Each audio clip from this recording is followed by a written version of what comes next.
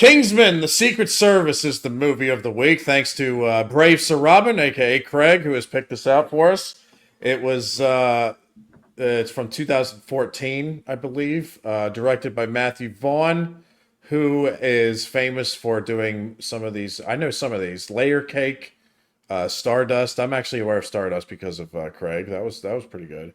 Kick Ass, X Men First Class. Which I didn't care for that one that much. And Argyle, which is getting Oh, that's pretty. not so bad. That one.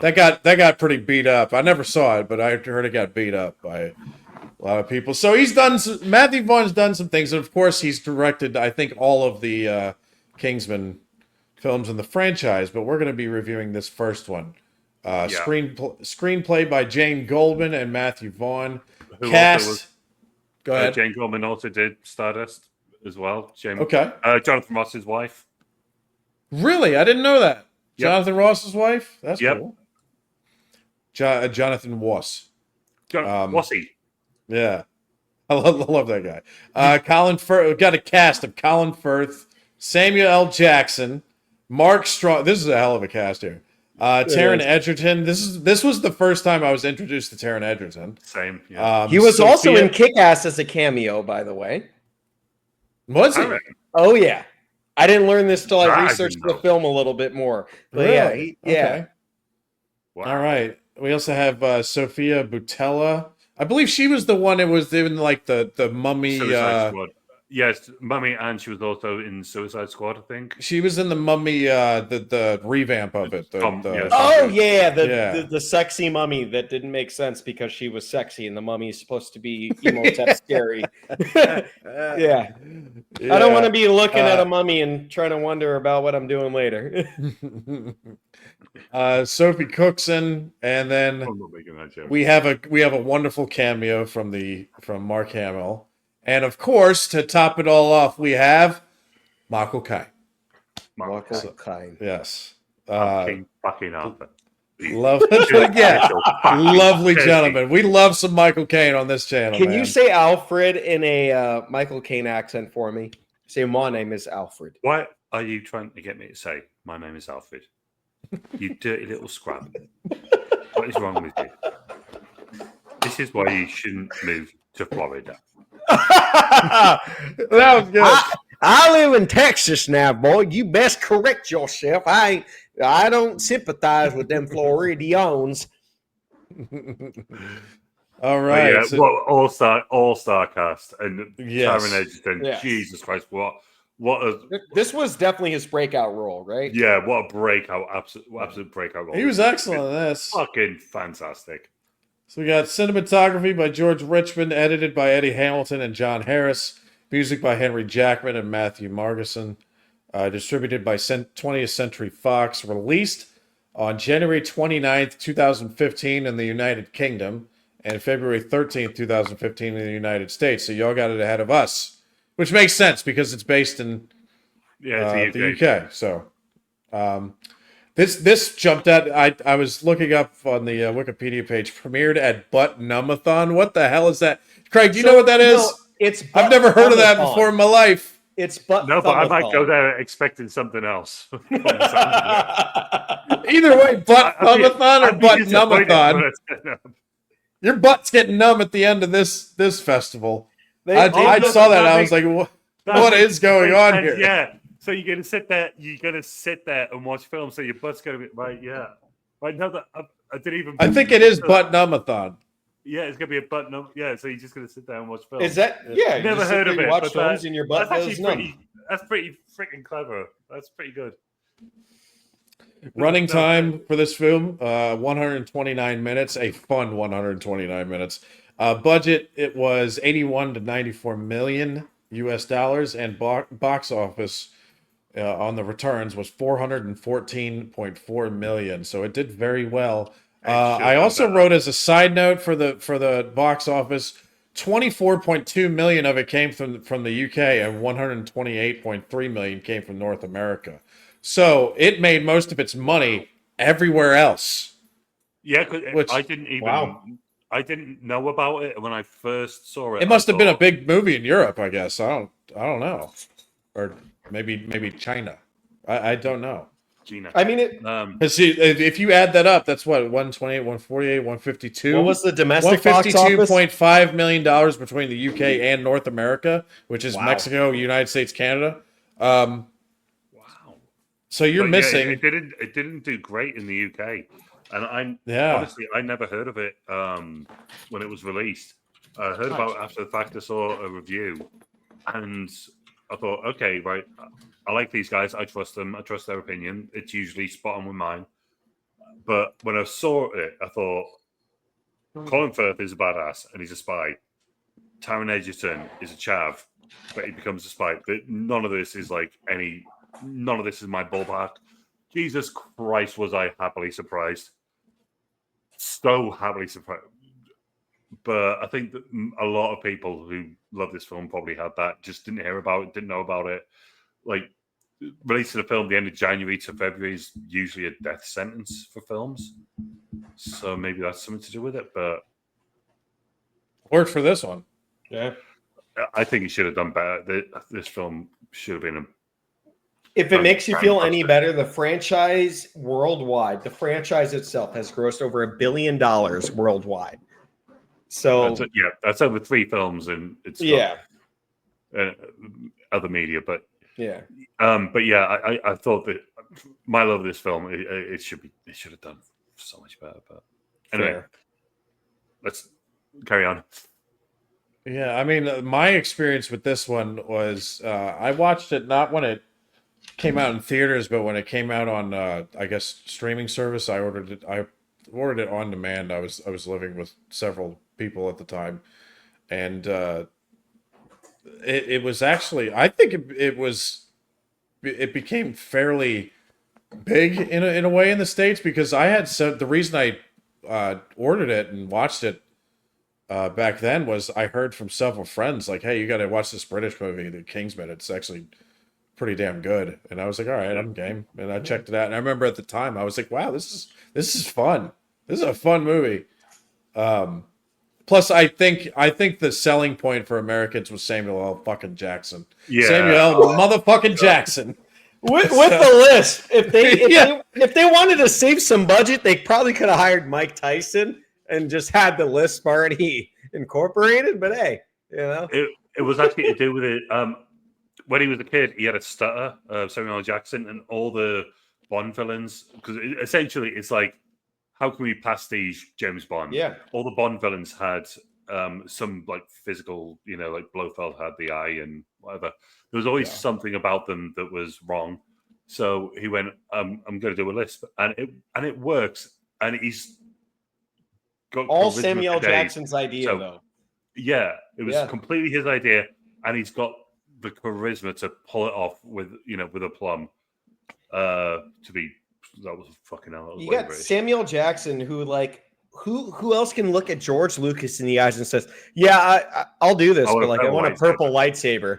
And then he's like, "Yeah, so I like your film. I like the character that you're offering me, but I want to have a lisp to it." He likes to switch up the characters, man. He's so unique in everything that he does. Do you know what he had on that lightsaber? He had BMF on it. He had bad motherfucker. Hell! Oh, are you serious? Yes. Yes, he had it. The lightsaber used when he had BMF written on it. There's still some theories that Mace Windu is alive, so I'll keep that hope. I bet he'd still do it. I hope he would. He'll do anything, but yeah, God, this cast is good. It really is. What about your first time? My first time. So I want to think that it was in theaters. I truthfully do, because I remember my dad. He was like, this movie, but it didn't. I don't think it hit back then how it hit now. End all be all, though, I remember watching this movie a few times, and I loved the movie through and through. I thought it was sick. I thought the action is dope. I mean, you take a look at some of the scenes where you have Brian knows the actual name for this, but where they take the scene and they take the shot, and it's one shot that they take to make the scene. What is that called again, Brian? Tracking shot. So they did that with the church scene. But that's something I'm such a huge fan on, because it takes such an immense level of choreography. But the cast is amazing. They made cuts in that scene. No, they didn't. Nope. Yeah. No, they did. Not in the church scene. Not in the church scene. Yes, they did. Off research.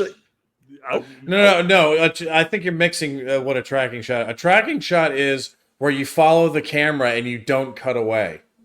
Okay. So like that was tracking shot would be in the last movie review. This the was Northman. taken in one shot. This was taken in one shot. Is what I meant to say. It's not in one shot. It's not. There's loads of cuts in that. My research is wrong. Then my apologies. But either way, a tracking shot is let's establish what a tracking. the Northman scene, like the Northman scene where they're raiding the village. What is it? Durduck. Durduck does that with the battle sequence. I've never seen that. Okay, moving on.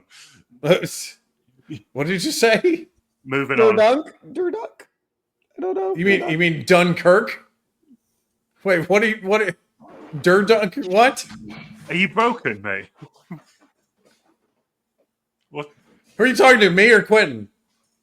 Me. He's talking to me. Yeah, I'm broken. What's Durdunk? I've never heard of that in my life. This is embarrassing.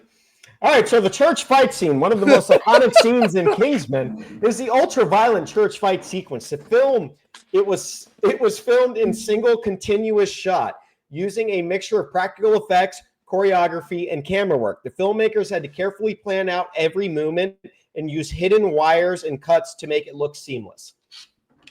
There's like 17 cuts in that shot, mate. But my it research looks like it looks like it was. It looks like it was. And it's fucking whatever you want to say, that shot can go down in history as an all-time great. That all-time great. We'll get to that shot, I'm sure, when we get there. But my overall first experience for the film was great. I thought that Egerton, his real last name, I thought that he was great in it. As a breakout role for him, it was phenomenal. Egerton. Eggy. I'm a hot mess. That was guys. Eggsy. The Welsh are coming after you, mate. But yeah, man, his I don't know. Like I was always like not a ruffian, but I was a little shithead that like to start trouble growing up. So I got to relate to the character in that sense, and I just had a blast with this movie. The action sequences as a kid, born in '98, saw this movie in 2014 when it came out. I thought the action was sick. I thought the cast was great, and I have a different level of appreciation going into this film now. That is for damn sure. So kudos to Craig for picking out this film. Yeah, definitely. It was definitely fun, that's for sure. Yes. This is the only way I was going to get Brian to fucking review it, because I fucking love this. That's how I got him to watch The Northman, too. Yeah. He did review it. It's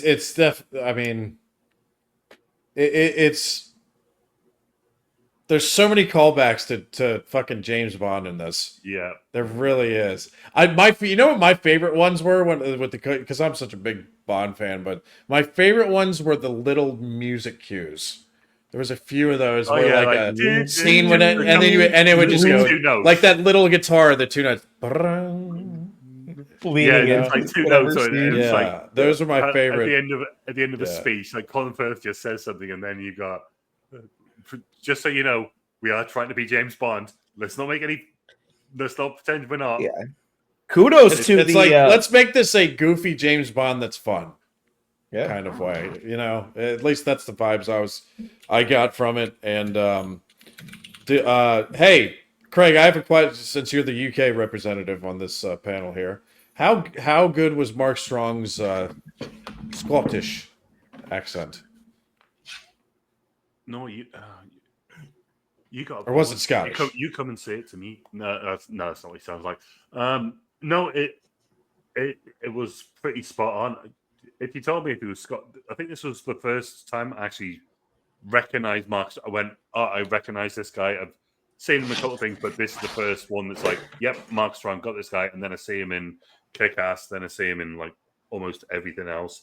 Anything that requires someone to be a spy or someone who formerly worked for the British Army.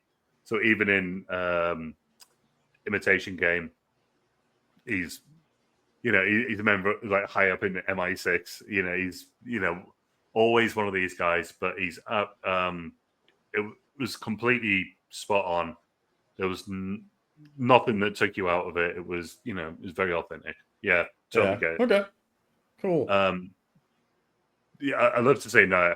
Oh, it was so hokey. No, it's not. And but Scottish have that also. No. You don't say that to me. You come and whisper it in my ear. They've got that. There's that menace, when you can enunciate words like that.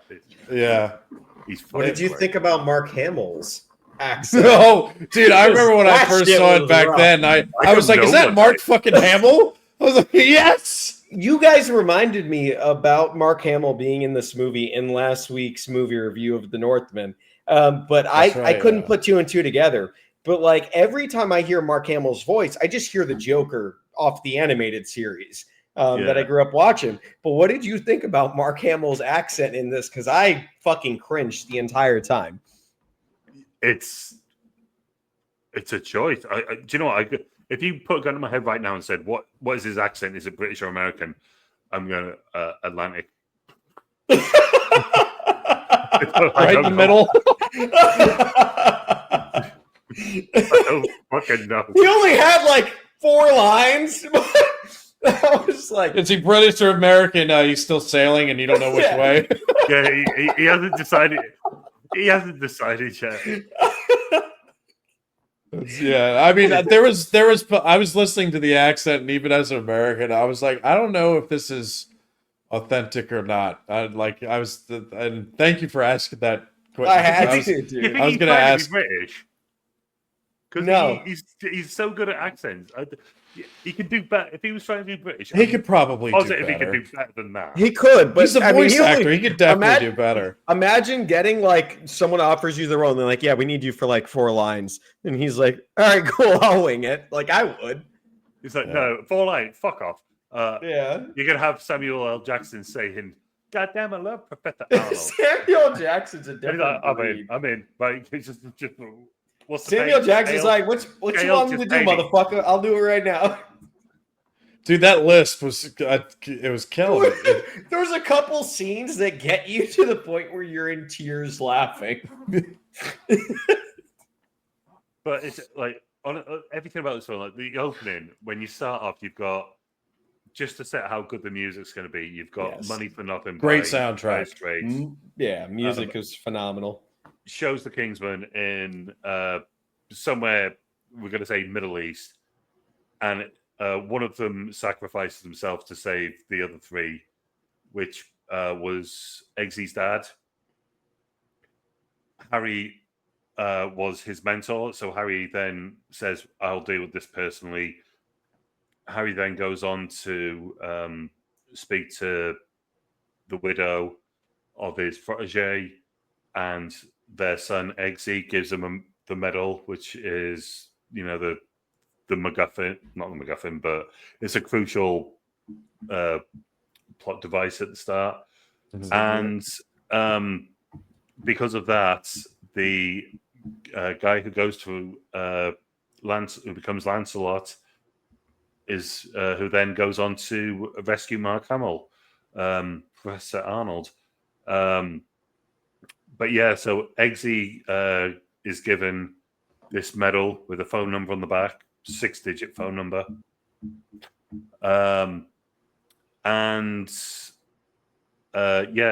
Professor Arnold is kidnapped because he is a climate change conspiracist.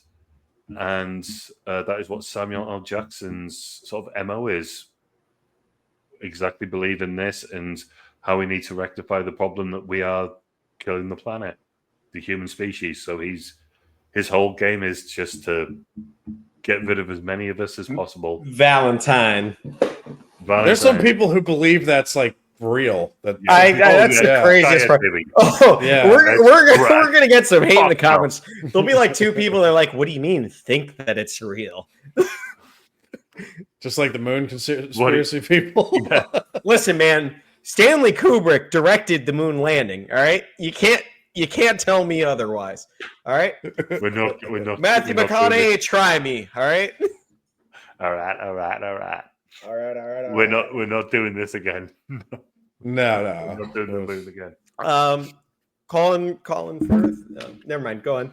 Colin Firth. No, Colin Firth for me so was fucking like amazing. For me, he was the best part of the movie. So good, God dude. damn it! He's so good. So good. So in this film, I felt like the first. All right, so you got the thirds of the movie, right? So the first 2/3 of the movie, to me, were perfect. I was like, I loved the development. At times, it could have felt like it was slow, but it wasn't. I loved the character development. I loved the pacing of the movie. And just until I started researching the movie a little more, it was supposed to be like 2 hours and 50 minutes. But obviously, for theatrical release, it had to be cut down drastically. I could have used like another 30 minutes of character development when Colin Firth is killed off. It's like, oh, that didn't actually happen, right? Like my brain, I remember the first time I watched it being like, there's no fucking way he's dead right now, right? Because they spent a good amount of time on him and he was fantastic. And I don't know, it just hit different. Eggy is obviously the Eggsy. Sorry. Eggsy is the main protagonist of the film. Let me get you right, bro. So Eggsy. That's actually not bad. Eggsy's fucking phenomenal. Okay. Is what he is. Eggsy is fucking great. As you go through the film, you're following Eggsy's character. I don't know. We'll give up on the accent. But dude, he's great. It sounded, to me, I mean, I'm a bad judge, Craig, but it sounded to me like it went in and out. Like it started off strong, but then he went a bit quiet. He sort of lost his confidence. Thank you. But I did. Started off strong. You've got it, mate. You've got it in you. Just you need to let this flower blossom. I'll let it go in me a little bit more, like 2 inches more, maybe. Just the tip, mate. Just a little 2 inches of it. Anyway, but great. Yeah, I don't know, man. So you like the first 2/3 of it? First 2/3, and then you get to the third, and it's like it's a clusterfuck, and it's great, right? The action's still cool, but like I don't know, and this is just me personally. This is where we have good critic, bad critic, Craig.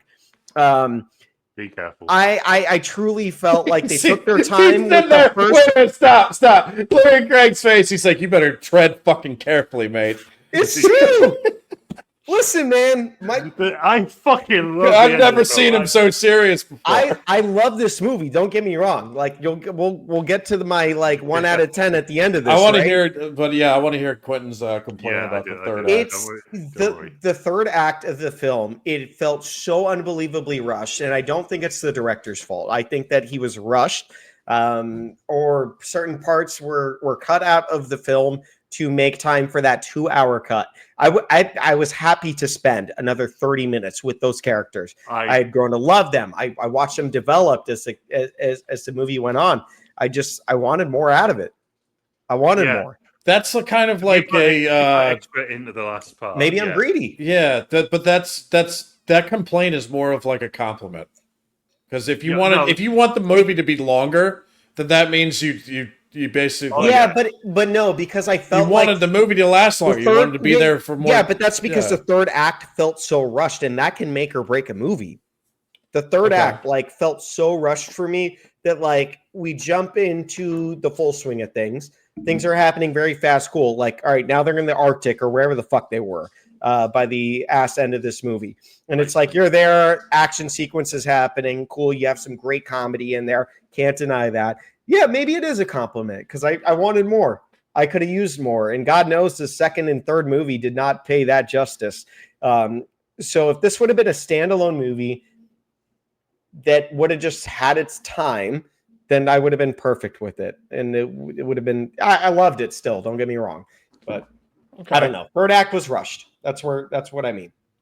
I mean, I felt the third act was, I wouldn't say super rushed, but I felt it was maybe rushed a little bit, but I didn't have any problems with it, really. It was not in that sense. All the sort of dramatic beats, especially the when you get to the end where he's talking to Roxy and he's saying to tell her mom I love her, it just nails everything. If you've got that amount of time, they put everything perfectly in sequence.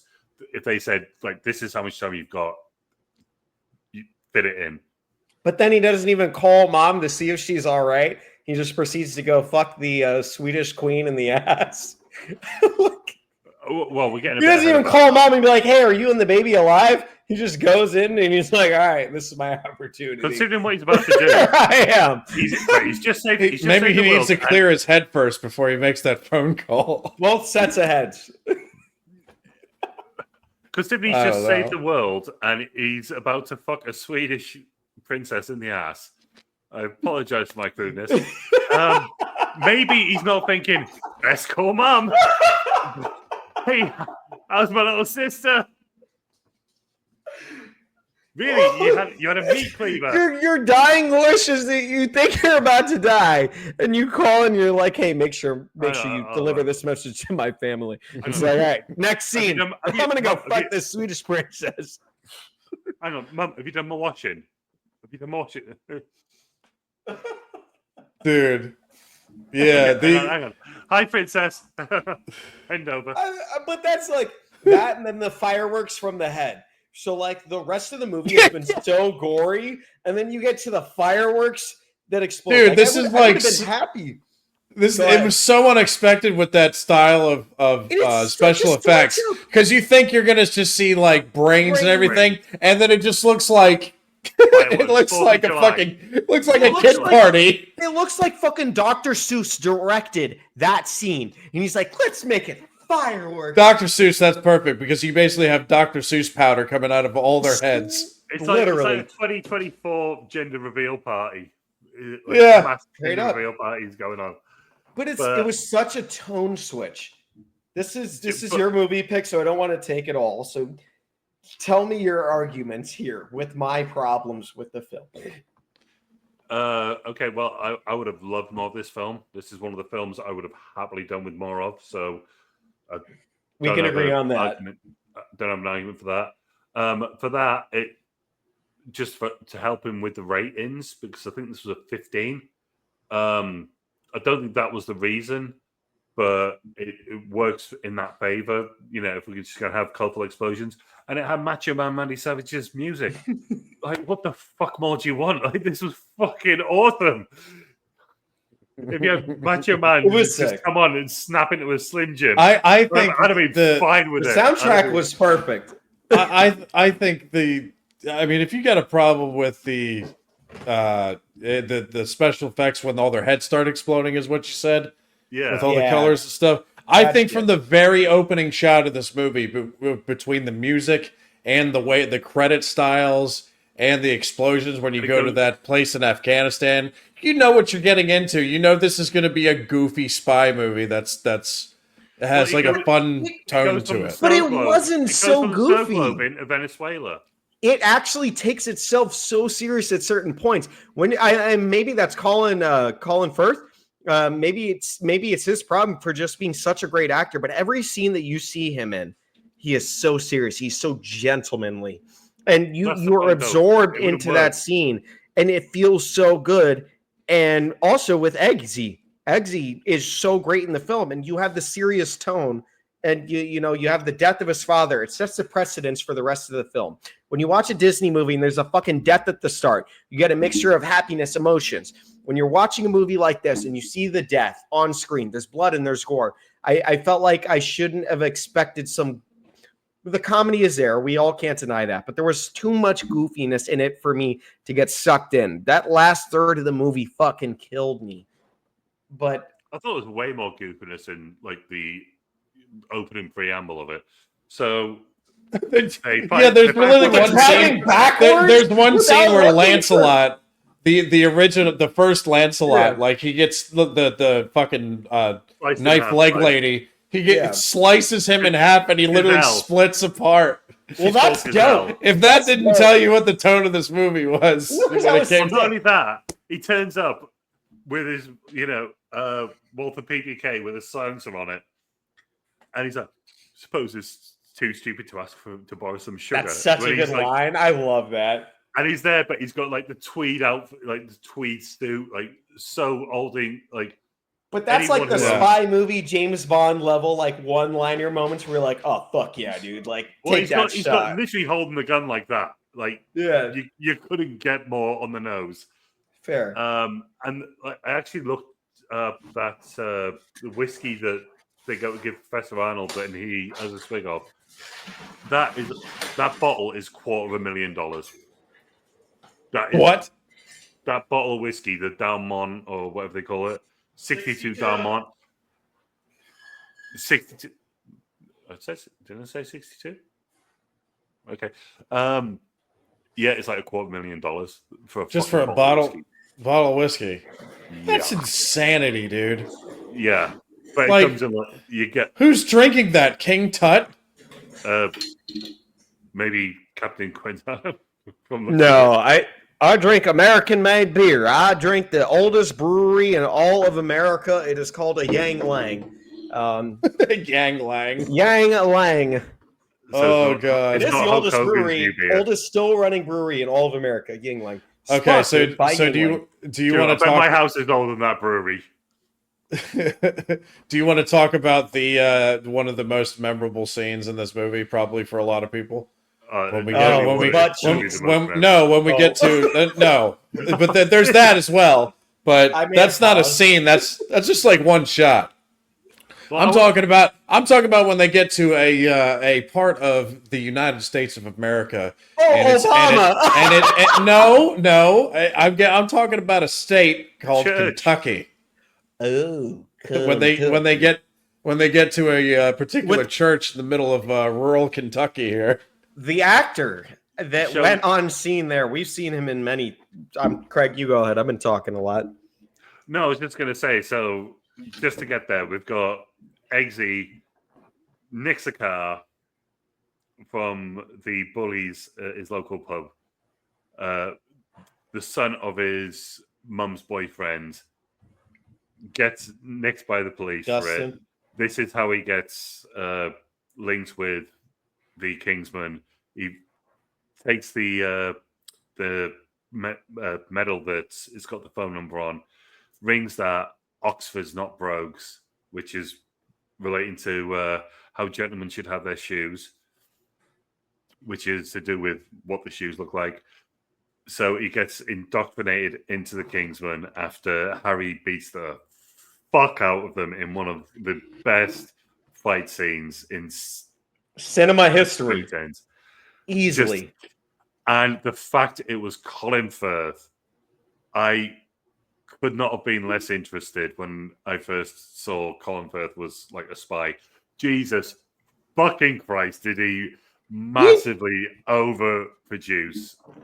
It was absolutely fantastic. That fight scene is so much fun. It's so creative. It was almost like an Edgar Wright, like Matthew Vaughn crossing over with Edgar Wright. You know, if you think of any of the Cornetto trilogy films, you know, like Shaun of the Dead, that, you know, the slow-mo. Literally the Shaun of the... It's fucking great. Eggsy then gets indoctrinated by Colin Firth into the Kingsman. Going through this process, he fails to become a Kingsman. Going through the process, he gets... How does he fail? I feel like this is an important part to his character arc. They are... Part of the process is they need to adopt a puppy. So having control of your animal so you can learn that skill of teaching an animal, much like yourself, Brian, with Jane behind your right ear there. Yep. Jane. There you go. Well, hey. And the final test is to then shoot your dog. Shoot the dog that you've become bonded to and attached to show that you don't have any emotions and feelings that you can't step beyond. You need to be able to take orders. Yeah, you do the job, essentially. So, he can't. Well, not he can't shoot his dog. He just is hesitating, and Roxy fires the gun. It was a blank. It was a blank, Eggsy. It was a fucking blank. If there's any test to fail, this is the one. Yeah. Oh, yeah. Absolutely. That's the one. I don't think I could do that. It's not enough to fail the test, but then to get to get a tongue lashing from our boy, Michael Caine. Michael Caine. Did you guys think that his character in this and Interstellar were mildly similar? When he's giving the speech about global warming, the people won't survive. And this, and that. And I'm like, wait, I think I just... Oh, when you think of it that way, maybe. There's a thread there, but character-wise, no. It was a thread. It was a legitimate thread, but I caught on to it. I was like, wait, I just saw this. No, because his character, there's something that you notice right at the end of his towards his death, and we will get back to what we were talking about. Michael Caine's death. He's always had it in about Harry. He took in Eggsy's dad, and he was saying about at the start of the film they're talking about. There's a thing about the aristocrats. They always have weak jaws. You know, it's time to move on. You know, because he didn't pick someone who was like, you know, from the upper echelons. He didn't pick some posh guy. He didn't pick, you know, an aristocrat to be one of his Kingsmen. He picks a common guy, and then he picks his son. Choose more wisely. You know, he's giving him shit for that. At the end, when he realizes he's going to die because Eggsy switches the drinks, and then he's poisoned him, switches the drinks, and he goes, "You dirty little." That's Michael Caine. And it's like, the guy is a fuck. He's common as them. He's just had this pretense of, I'm fucking Michael Caine. So I'll. And he's got this. He turned into 1970s Michael Caine just for that one. Just for that one line. Just for that one line, dude. He lets it slip. He's just as rough as fuck as that. No, it's not just one scene. It's when he's like,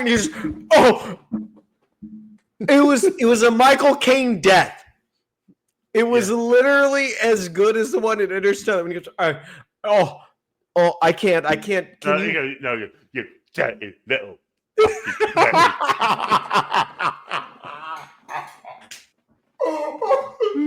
That's him done. Why are you so good at that? That's awesome. I promise you I'm not. Anyway, but yeah, so how speaking of the dogs though, like the whole dog killing thing, you know what, dude, I died Mr. laughing. Is that the one? Is that the name of the dog on the shelf? Yeah. And he's like, say that to Mr. Pickles. Every time I go for a shit. I bet you. Dude, I almost collapsed. That was too good. Of course, dude. Because Colin Firth, Quentin actually alluded to this before, like, Colin Firth's character throughout the whole movie, he's the one that is, like, probably the most serious. And then he hits you with that line, and you're just floored. Mr. Pickle. Yeah, do you know what? But I love that about him, because he is so serious. He is that... that persona, he's not playing the persona. That his character, that is him. But he has got so much faith and so much hope in this young kid. And when Eggsy won't shoot the dog, Eggsy goes out, nicks the taxi, which is Michael Caine's car. I have to do the accent, which is Michael Caine's car. And and then he goes, sees his mum, finds out his mum's got a black eye. Right, I'm going to go fuck this guy. And this is the one scene I wanted throughout the whole film since the beginning. I want to see Eggsy with his new skills go and see Dean, have a chat with him about his mum. And he goes to him, and then he gets, you got Harry taking over control. He's caught the taxi or whatever the car is. Yeah. It's a black cab. It's a black Brings cab. Him up to show him Mr. Pickles. And then he drives into his house. Like, it's really fucking nice. I like how Eggsy's yelling, and he's like, "No!" He's like, "Fuck off!" Come on. Might be a minor plot hole in the film, but I watched Eggsy in the film at the start of the film fucking punch out underwater a glass fucking mirror that is probably stronger than a car window, and homie is sitting in the car, and he's just there like, no, like, come on, bro. If you want to fuck this guy up, get out of the car and do something. He's punched the hole, get out of there. Elbow. Yeah, elbow, anything. He's right. I mean, Quinn's got a point. He did it to a window under fucking water. Underwater, where it looks like he's punching it at 2 miles an hour. Just a little plot hole. I was actually more upset. I was less upset with the fact that he punched the window out than I was where all the water came through and didn't fill up the tiny room that Mark Strong was in, because the water level would still, there'd be like this much at the top then for them to. That didn't make any sense. System, mate. You've seen that facility. They have really good drainage systems. What do you want? They thought this through. You know, so much for old school army tactics. You know, it's where the fuck were we? Yeah, so he takes him back to his house, and the thing is, Colin Firth has still not even though he's failed. Colin Firth still hasn't given up on Eggsy. Yeah, and he's still teaching him how to be like, you know, Eggsy's going around the room looking at all the. He feels like he owes him a debt, and he loves Eggsy. I feel like as a person. By this point in the film, you've seen their relationship grow, and you know that he owes him a debt, which is what Colin Firth's character says in this point. His dad has passed away under his watch. It's an emotional bond between them now, and it's not just giving up. You know, Eggsy is out of the program at this point. He shows him Mr. Pickles. There's no reason. Like at this point, you think that they would go their separate ways, and then he shows him Mr. Pickles, and then you know that the relationship is more than what we all thought it would be. Yeah. Well, in that scene, Eggsy says, you know, after what. You shot your dog and you had him stuffed. You fucking freak. He said it was a blank, Eggsy. It was a fucking blank. It sounds like Michael Caine now. I can't do a Colin Firth. The only way I can do a you Colin can try Firth it.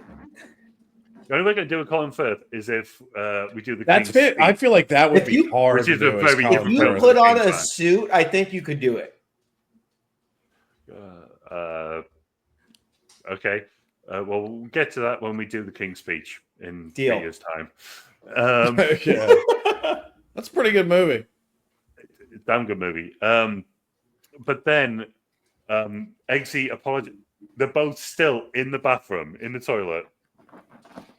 And Eggsy says, I'm so sorry to Harry, when Harry's put the glasses on and he's getting the information about the some Kentucky church, but it's essentially the Westboro Baptist Church. There's no dancing around the fact that that's what it's meant to be. And Harry, you know, has this little chat with Merlin. I just like the fact that it's smack in the middle of good old rural Kentucky. That's a state that's not highlighted very often. It's only highlighted for the bad things, bro. You know what? It is, but I bet it's highlighted for that sort of thing for all the wrong reasons.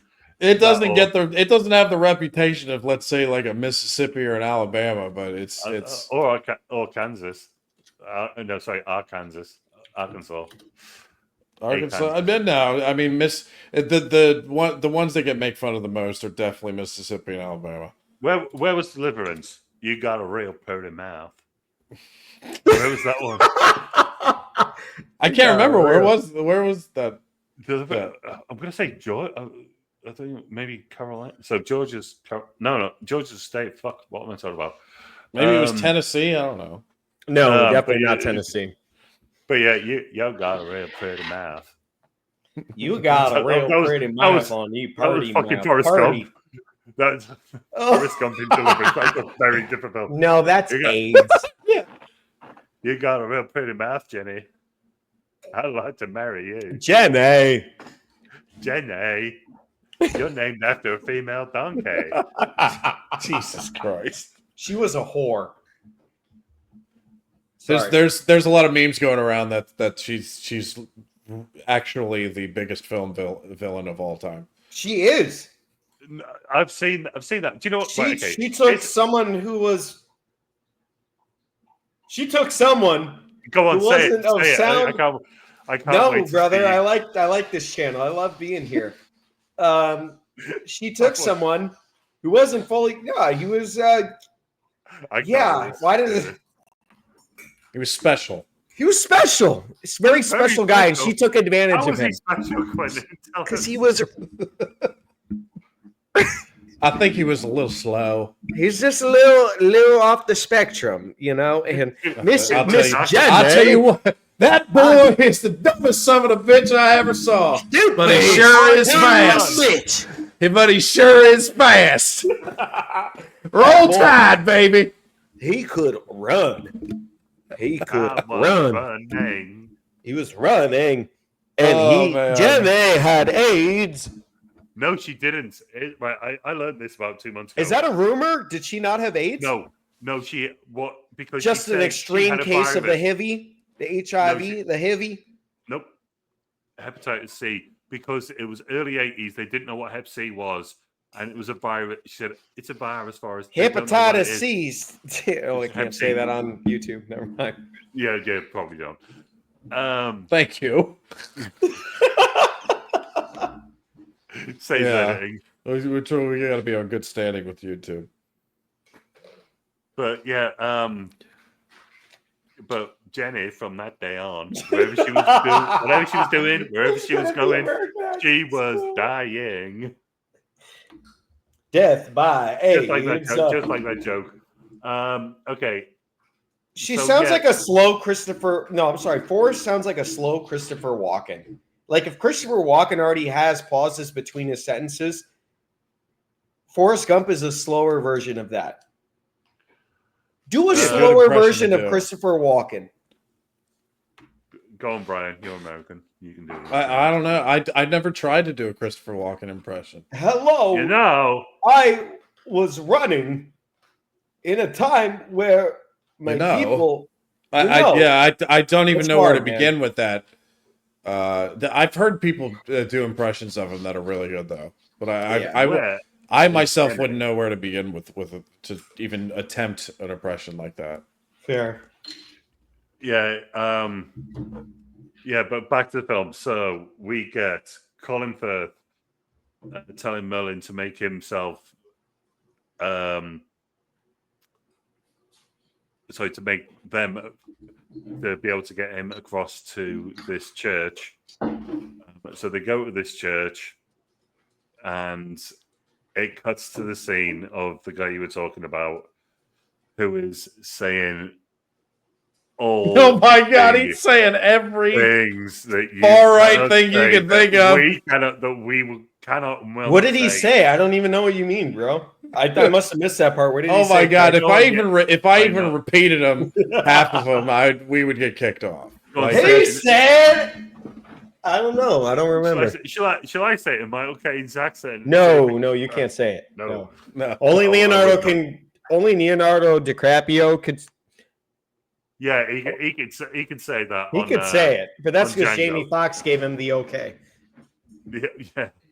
Well, to be fair, there's like Samuel L. Jackson, Jamie Foxx, and everyone else of that persuasion. Yeah. What my favorite part was before the violence kicked off was Colin Firth is sitting there listening to it, and all of a sudden the lady's like, he gets up to leave, and the lady's like, "Where are you going?" And then he just goes on that. He says everything that's against their ideology, but then if that wasn't funny enough, he gets up and starts walking away, and she's walking after him like, "Where are you going? Where do you think you're going? Where are you going, boy?" Right. She looks like she's 39.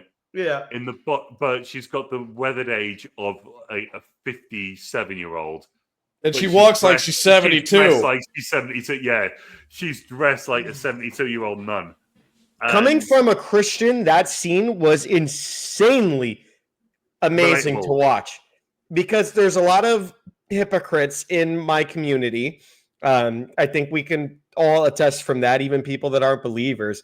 But there's a lot of people that will attest to just the hatred and shit that can come from certain factions of Christianity. I wouldn't call that Christianity by any means, but by God, those people in that church, and those are like real churches. That was a good description of people in shittier churches across the world. But I watched that scene, and I appreciated Colin Firth in that scene because he called them out for their hypocritical shit, and I appreciated that because I grew up. He called out the one woman for it. But then she goes, he called out the whole community. He's walking out, and she's basically like, "Get back here, boy! I ain't done with you." And everyone turns and looks. But what he said, he's like, "I'm going to have, I'm having illicit sex with my black Jewish boyfriend." Yeah, boyfriend. Hail Satan, and then he goes, "Have a good day." And then when he gets up and walks out, he follows him, and then everyone also turns their head for some reason, like they just heard this really silent conversation. Everyone turns their head as the dial's getting turned up for the SIM card, the Valentine. Oh my God! This is one of the greatest scenes in cinema history. The action sequences in here are on par with like Jason Bourne. No, not Jason Bourne. Better, Jason Statham. His action sequence is not better than Jason Bourne. Jesus Christ, mate! What are you talking about? Jason Statham Bourne is Jason Statham is who I grew up with, bro. He's the action. You think Jason Statham's better than Jason Bourne? In terms of the actual performing his own fucking stunts, as opposed to Matt Damon, absolutely. Jason Statham. But what are the better movies though? Better movies? Who's the better character? Who are the better characters? Well, we're all a sucker for a spy character, but Jason Statham says, "Fuck you." Jason Statham could have been a Bond if he had better hair and was maybe a foot taller. Jason fucking Statham.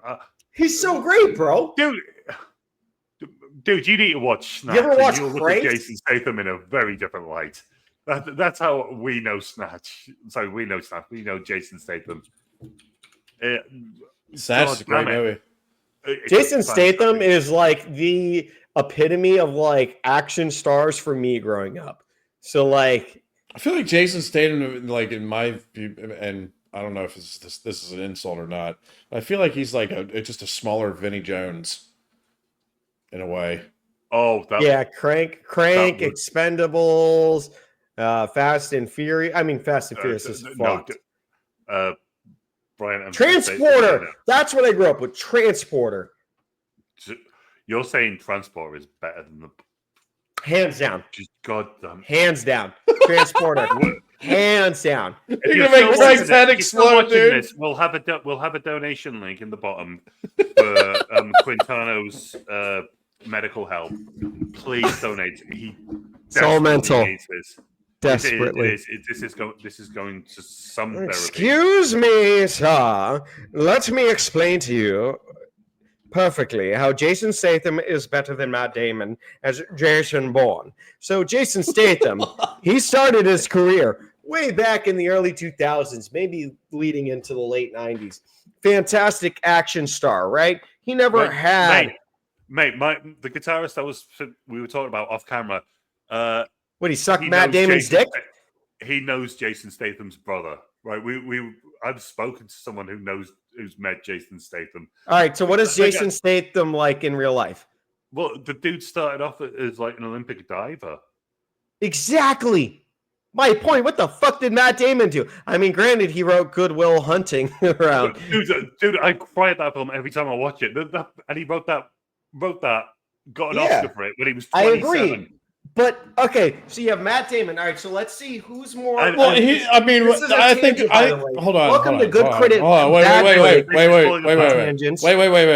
So I think what Quentin's trying to say is he puts more weight into an actor doing his own stunts, way more than playing a convincing character or having a better story. All right, so like as an actor, Matt Damon is better. That's clear as day. But then you have Jason Statham. Well, I'm saying the character of Jason Bourne, and in particular Matt Damon's portrayal of Jason Bourne, I would argue is better than any character, any portrayal that Jason Statham has ever done. That's And they're better films. 99.9. All right, I'll give you that. Better films, better character. What I'm talking about as an action fucking as an action star though, like specifically an action star. Action okay, star, I can see Jason that. Statham takes that That's fair. by a far. Because I mean, Matt Damon, we can all agree is a better actor, right? We can all agree here. No, dude, right? Okay, I've heard it. Yeah, I agree. So yeah, he's Jason Statham is better in that sense, but everything I was arguing was everything else. That's fair. Films, I'll give you that. Okay. So like Jason Statham as an action star, yes. Matt Damon, everything else. It's better. But like, I would take Jason Statham over Tom Cruise. Is what I'm saying. I'm not. I tell you what. Jason Statham in Top Gun 2 is not making fucking one over. Oh shit! We got a Top Gun fan in the chat. Craig, I think it's time for a beer, man.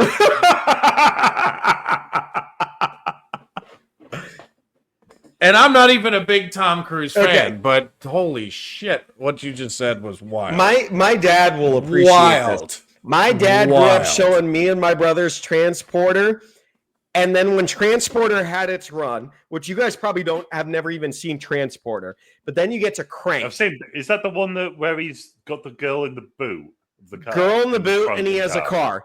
Yeah. So all it is girl, car, and action. That is what Transporter is. Crank is the same thing, just a different name. Transporter came before Crank. Crank is where he has to fuck Amy Smart in the middle of a horse race course to keep his adrenaline up for some reason. That's Crank. Yeah, that's good work if you can get it. How is that not better than Tom Cruise? Tom Cruise Scientology, it fucking ruins everything Tom Cruise for me. Besides, hold on. As goofy as that shit is, we're not talking about. We're not basing his career on his religion. 100%. This is yes. I am basing it off of Tom Cruise. So Tom Cruise is an action stunt guy, but he's also a dick on set. With every movie he's ever done on, he has been a dick. Everyone fucking hates him. There's literally been female cast who refuse to kiss him because of how much of an asshole he is. So is The Rock, and vice versa. Jason Statham is just a badass individual, performs his own stunts, has stayed in shape his entire life, is just a fucking badass man. He's a man, bro. And then you got Tom Cruise, who's fucking 5'2", who's like, no, reptiles are what birthed me to society. Stop. Am I going to offend the Scientologist here? I'm not defending a Scientologist or Scientology. Okay. But if you can't say that Jason Statham is better simply because he does his own stunts. If you put Tom Cruise's movies next to Jason Statham's movies, they literally dwarf them. Of course they do. Them. Of course. And every performance of his dwarfs his. It's not... It's you can like there's you might as well like make an argument that the fucking stunt guy that does replace stunt coordinator. The stunt man should be the lead because they do all the stunts. That's not really a good argument. Statham has the accent. To me, growing up, it is what I preferred. Like I wouldn't watch Mission Impossible 10 times. I would watch Transporter 10 times, and they would have came out in the same year. Whichever one of the 10th number of movies that they came out with. But what I'm saying is personally, I would have picked Jason Statham's movies because to me, it was just like he had the accent. He was just badass. He had the girl. And there wasn't scenes that took me out of the movie because I don't know, man. I got to pee. I'll be right back. Well, what we got from it is Quentin is a massive Jason Statham fan. Yes, that is what we've all learned. That's all we learned from that big sequence. Before you pee. Holy shit. I think we're going to have the beekeeper in our future at some point. You're damn right. He's just going to start spamming us with Jason Statham movies next year. Do you know what? As long as it's I get like but that's like super fan talk. Like, you know, like who's an actor that I'm a fan of that isn't considered like a great? I'm trying to think. I'm sure we all have one. Yeah. Well, I have one, but it's not like okay, like somebody like Sylvester Stallone or Arnold Schwarzenegger. But Sylvester Stallone has a couple great performances, especially in the first couple Rocky movies. Yeah. What's he? But I would never take Sylvester Stallone or Arnold Schwarzenegger and be like, yeah, their body of work is better than Tom Cruise or Matt Damon. I would never say some shit like that. Profitable. Even if I am, which I am, a bigger fan of Schwarzenegger and Stallone, but it's like, you know, I'm a Stallone guy. My favorite film that isn't got anything to do with rings is Terminator 2, probably. So fucking good, Schwarzenegger. Yeah, but that's like your super fan, like that's someone that you like love as an actor because of the relationship that you had watching those movies. Judgment Day is. I watched Terminator 1 and 2 in the same year. I was 8 years old. 92. I saw them both in 92. And my love for that film, it's not changed. It's not like changed as I've gotten older. But I actually think I mean, we could get back to Kingsman in a second, but just to touch on Terminator 2, I think one of the best female performances I've ever seen is Linda Hamilton in Terminator 2. Big just facts. Just the transformation from what she was in the first movie to what she becomes in the second movie. Holy shit. That's the one where we see Arnold's cheeks, right? Yeah. What do you mean? His ass cheeks? Yeah, cheeks. That's the one Quentin. Quentin's on one tonight, man. Yeah, dude. He's like, forget about Linda Hamilton's performance. Look at Arnold Schwarzenegger. Look at Arnold Schwarzenegger's ass. You could chip a tooth on one of them. No, come, show me your chopper. Get into the chopper now. No, I'll tell you what. Terminator 2 is going to be in our future soon. But yeah, it's one of the best movies ever. But yeah. Shall we bring it back to Kingsman? Kingsman, so yes. We've got great fucking movie. It was fun, fantastic. Westbrook Baptist Church scene. Oh yeah, when the rage starts. And what song have we got to kick it off? Oh my god! Because I'm a free bird, yeah. I'm a free. Oh god! He could probably play some of that. That's a hard solo to do. Yeah, I can, but it's 2:00 in the morning. It's not happening. Yeah. But yeah, one of the best choreographied, put together fight sequences. It does look like a one shot. It's put together over a bunch of takes. It is a one shot. It's fat pace. Oh god, we're going back to this argument now.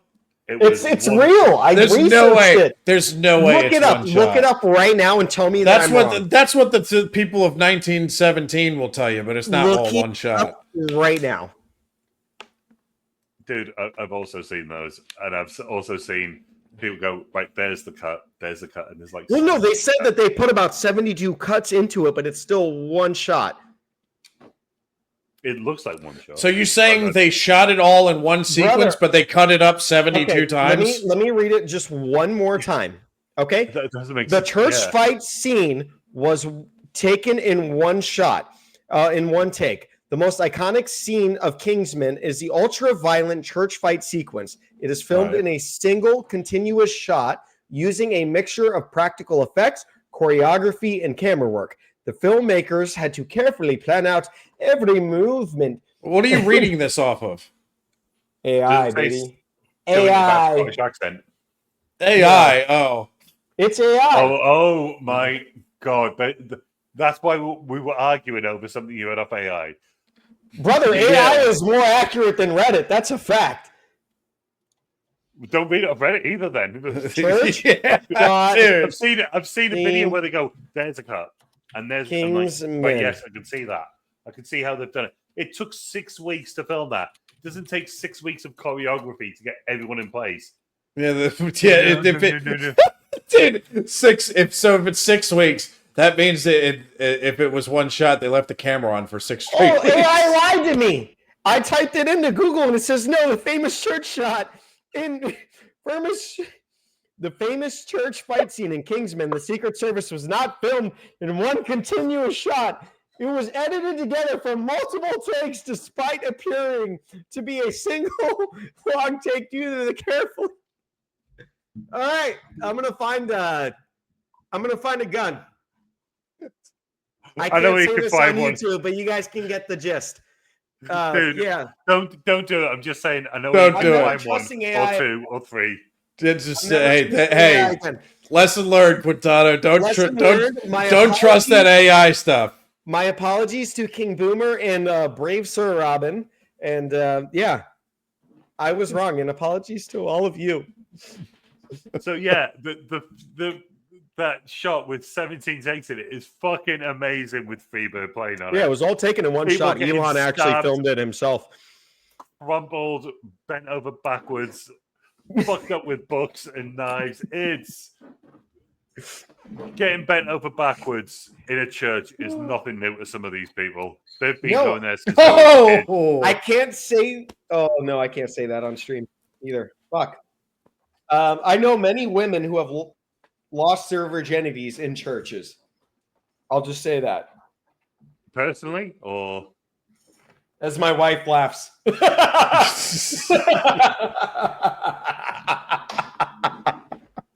Hey, no, Quentin.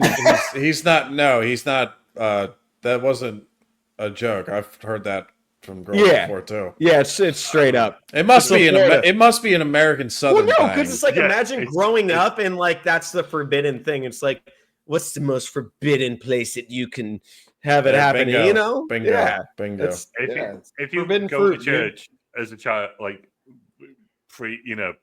as a virgin, as a child, there's no way you're doing that. You're too indoctrinated. In the UK. I'm sure it has happened, but I just can't imagine. That's not necessarily true. Not everybody. It doesn't mean we're all trapped in. If you're going to church every Sunday, it doesn't mean you're trapped, Craig. I went to church every Sunday until I got confirmed, and I never went back. After I said that, my wife texts me and she goes, "Yeah, and they make you go 5 times a week."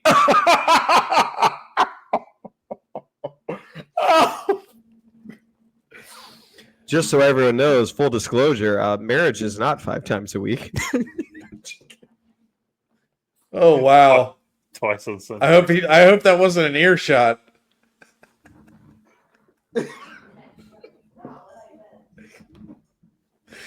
We're gonna see a domestic beating live on stream. Jesus. This is going to be another Florida Man video anytime soon. Oh my God. I received a new text that is not what she meant. Next scene. Go ahead. Go on. I was going to say, as that scene culminates, naturally, as you would expect, try and get this back on track. You've got Harry as the last man standing. Like it's some WWF. Oh, I love this part actually. Yeah, continue. He walks out. You got Valentine there. You've got Gazelle, and you've got 2 goons with guns pointed at him. And Harry just can't understand what has happened. What does she say in this scene? So when she is watching it, this is one scene out of that entire shot. You have the action going on, and she's watching it on the computer, and he goes, "Is he dead yet?" And she says with the smile on her face, and she goes, "No, not yet." And she's smiling. She's appreciating the amount of physical shit that he can put out to keep himself alive. She was enjoying that moment, but not from a like, oh God, I hope he's dead. She was like enjoying that he was just kicking that much ass. If you guys watch that scene back, it's so. I think it was more the fact that their plan was working. Their plan was to have these. You watch that scene back, and I promise cards. you'll see what I mean. I will check that along with the one take shot that is that scene. Well, no, that we all know is a lie now, thanks to fucking ChatGPT. Fuck you, ChatGPT. Yeah. I can't believe you believe that, Quentin. Well, because I was like, I don't know, man. All you have to do is look at it, and you know it's not one shot. Well, because you know that there's many takes. It couldn't but be. It's too convoluted, and people bend in heart. One guy gets thrown in the wall. Well, his neck was back. Oh, yeah, I remember that. He was like towards the end. Yeah, he gets thrown into the altar. He gets thrown into the altar, and his neck goes like back. Yeah, I know exactly what you're talking about. That was one where I was like, "Ooh." Yeah. And the guy who gets the ash in his, but like the ash, but it's still got burning embers in his face. Like, it's not really one shot, is it? No. There's some jiggery pokery going in there. But this exchange between him and Valentine is the dialogue I love between them. It's this is where I tell you my convoluted plan, and I tell you some convoluted way about how to get out of it. And obviously, you just said that the dialogue is so good, and I don't have it written down in front of me. But Harry's response is, sounds good with me. This ain't that kind of movie. And then he just pulls out a gun. Bang! Pops him right in the face. Straight in the... Goodbye, Colin Firth. What a great performance. Did anyone else? But that was a great exchange. That was a great line, too. This ain't cat. I was hoping he kind of threw a motherfucker at the end of that. This ain't that kind of movie, motherfucker. And then he goes, shit, is this what it feels like? He's yeah. You just killed like 100 people in that church. He goes, no, this shit ain't that. No. He says, no, they killed each other. He says, they killed each other. He's like, no, this shit don't feel good. But they then move the plans forward. So Gazelle's like, yeah, it feels good. He's like, no, it feels fucking awful. And they then move the plans forward for tomorrow to make this all the people that have taken the implants, which make them immune to the radio frequencies of these SIM cards, which encourage all the hyper-aggression, all the fighting, which you saw in the church. It makes them immune. So everyone is going to congregate in his villainous lair, which is so James Bond. It's built into the side of a fucking mountain because they thought, well, we can't do a volcano. What's the opposite of that? Well, it's a fucking mountain with snow on it. So let's do a mountain with snow on it and just have a lair built inside there that planes fly into. So they then up the start date to 1 day's time. Eggsy is seeing this through Colin Firth's glasses, through Harry Hart's glasses. So he's got like the Google, what was it, Google Lens or Google View, whatever they were called. He's got those sort of glasses, so he's watching it on a laptop. He can see it. He's still in Harry's house. He sees Harry get killed. He hears Harry's voice in his head.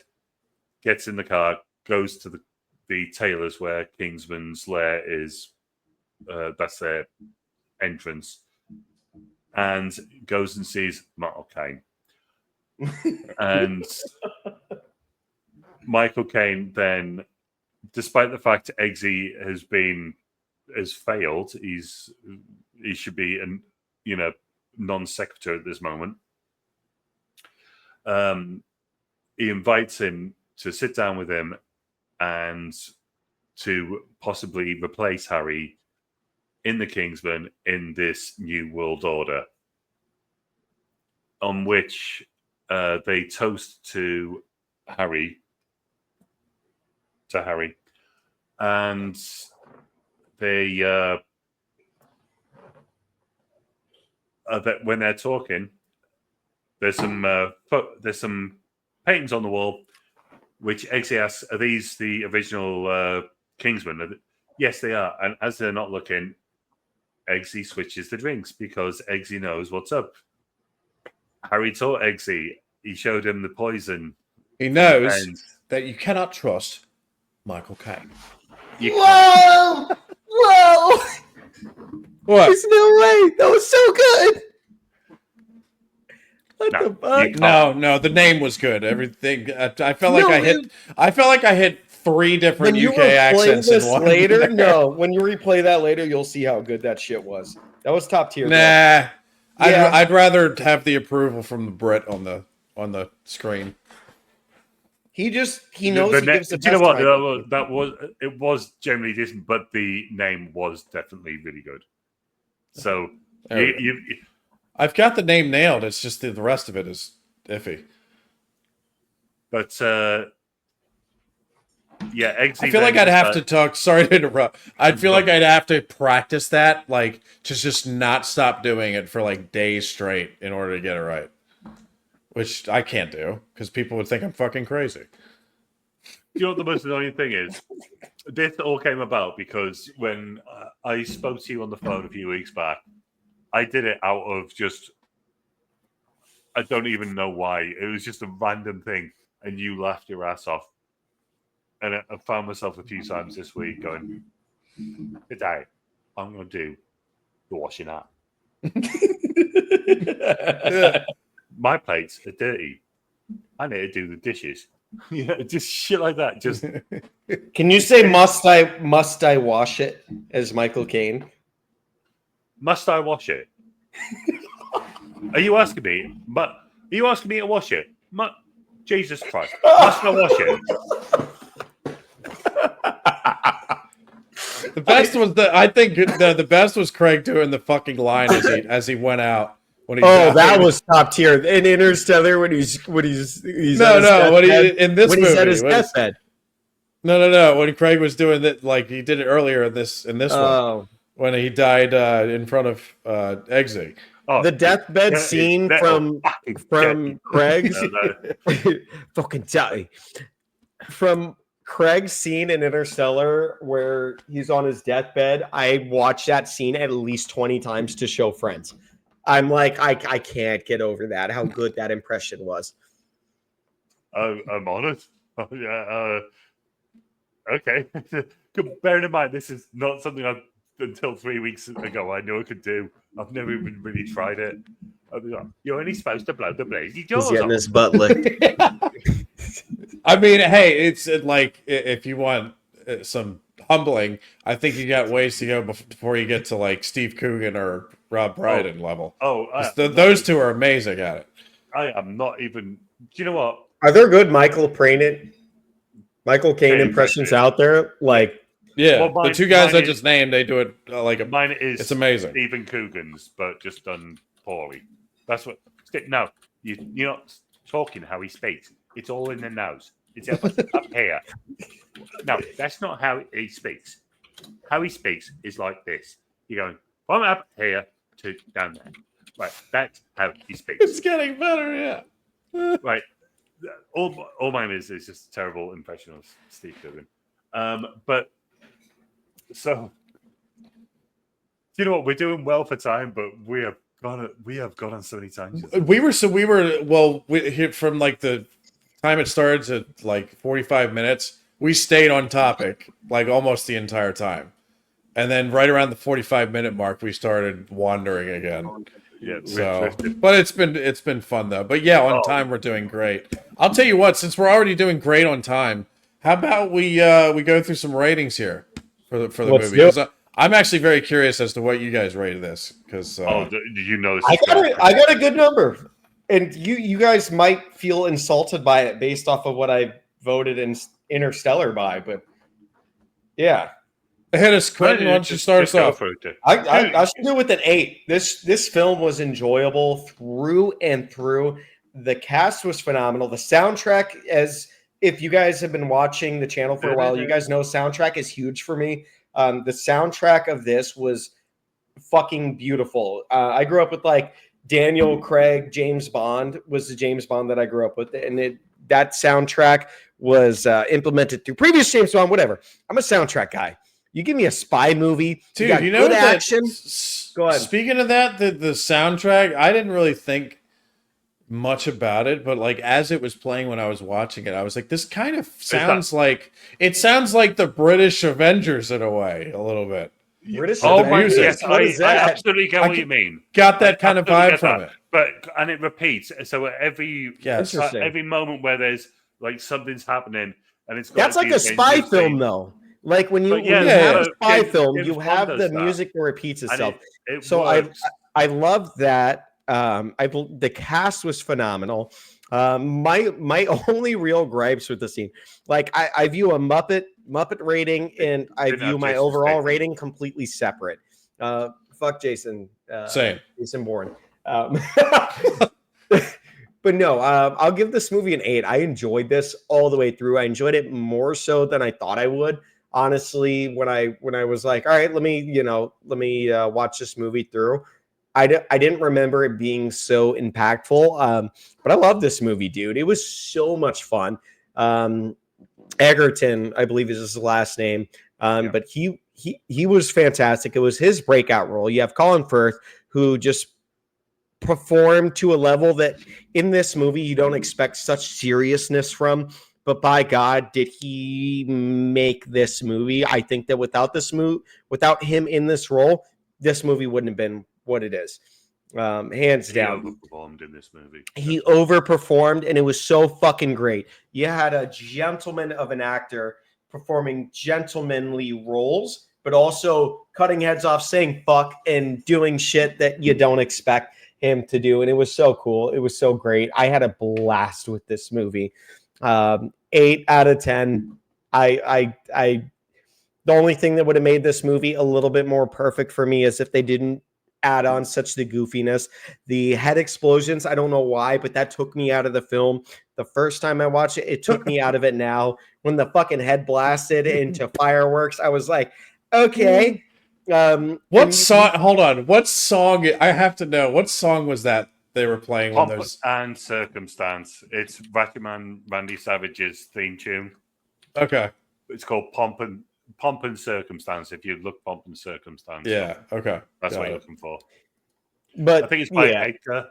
That was a little too much for me. Like I said earlier in the film, the third act took me out of the film quite a bit.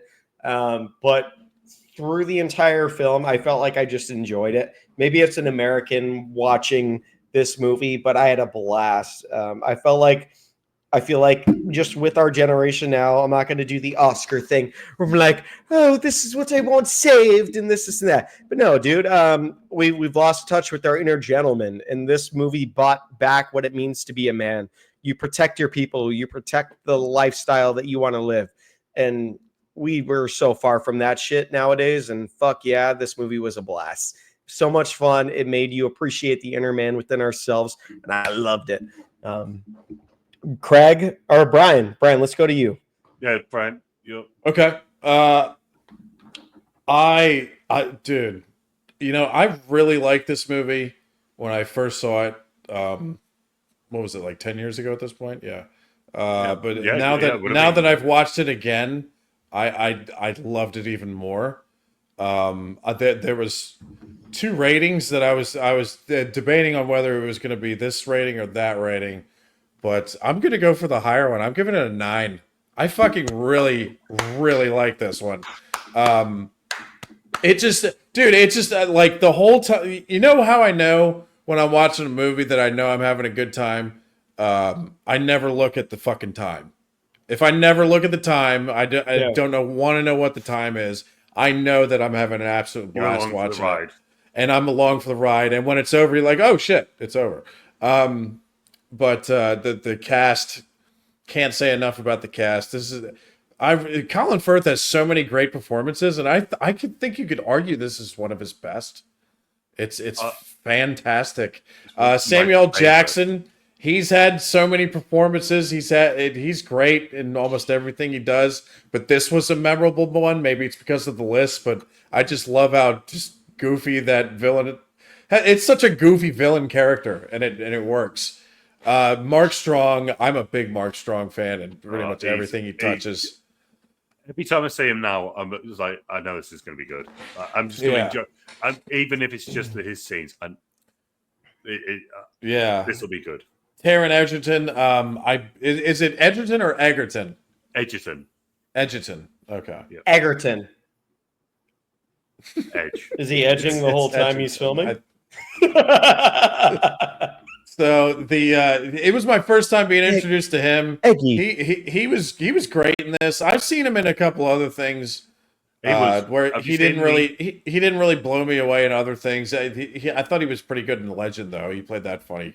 Did you not see the? I'm sorry for interrupting. No, is Legend the one with Tom Hardy, where he plays the twins? Yeah, when he did the Elton John Rocket Man.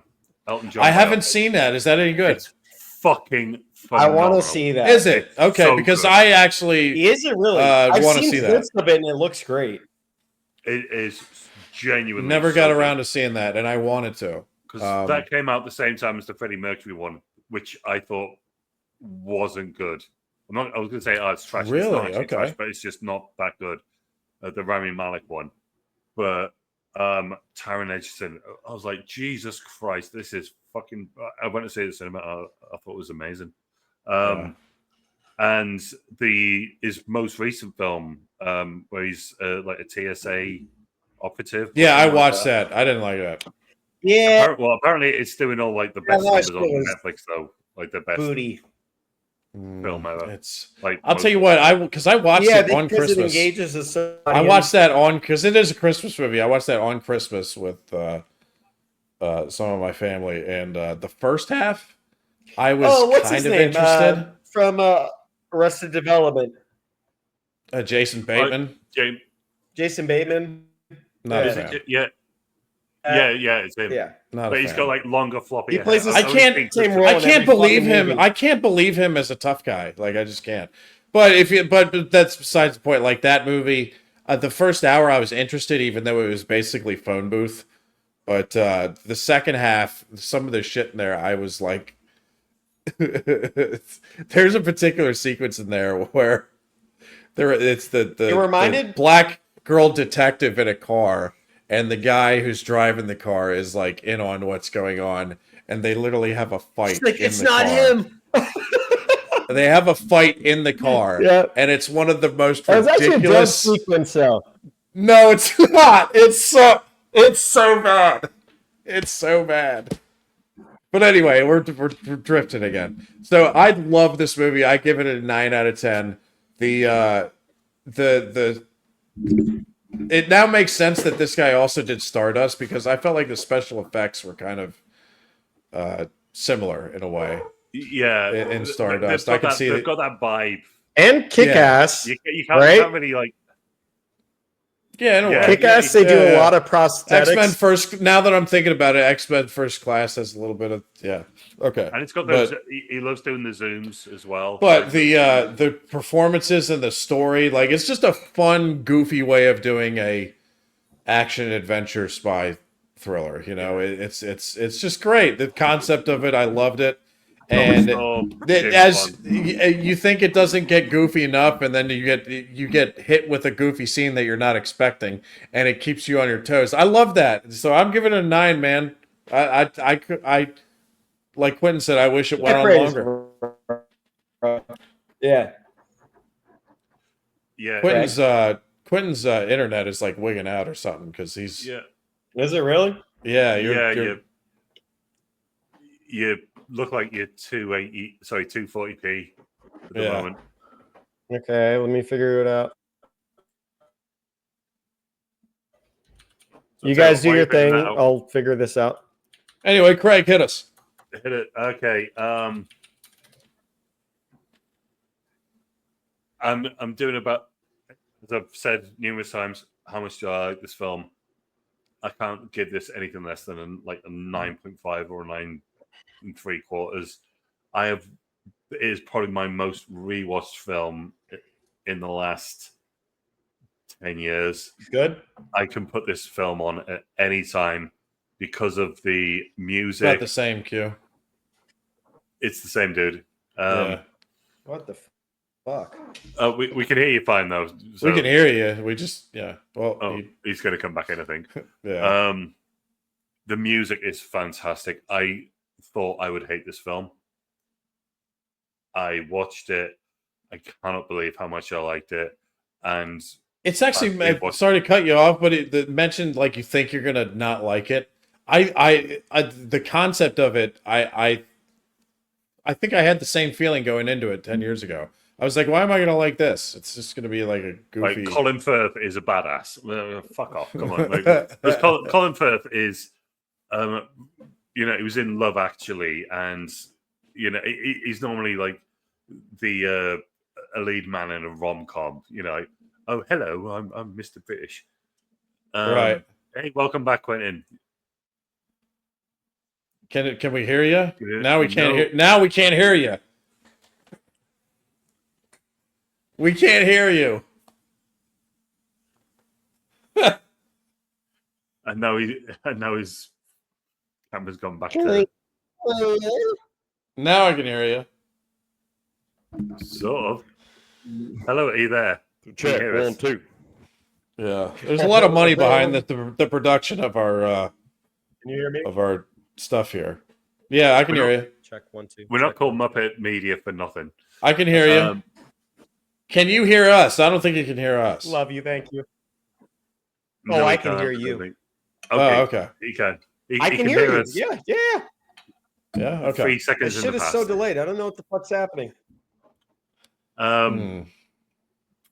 Yeah. So Taron Egerton, if you ever want to know, okay, he's gone again. Right, let's just plow on with this. Yes. Taron Egerton, like he's like a chav, and I thought, right, a chav who's going to become a spy, really? Like, and I've never heard of this guy.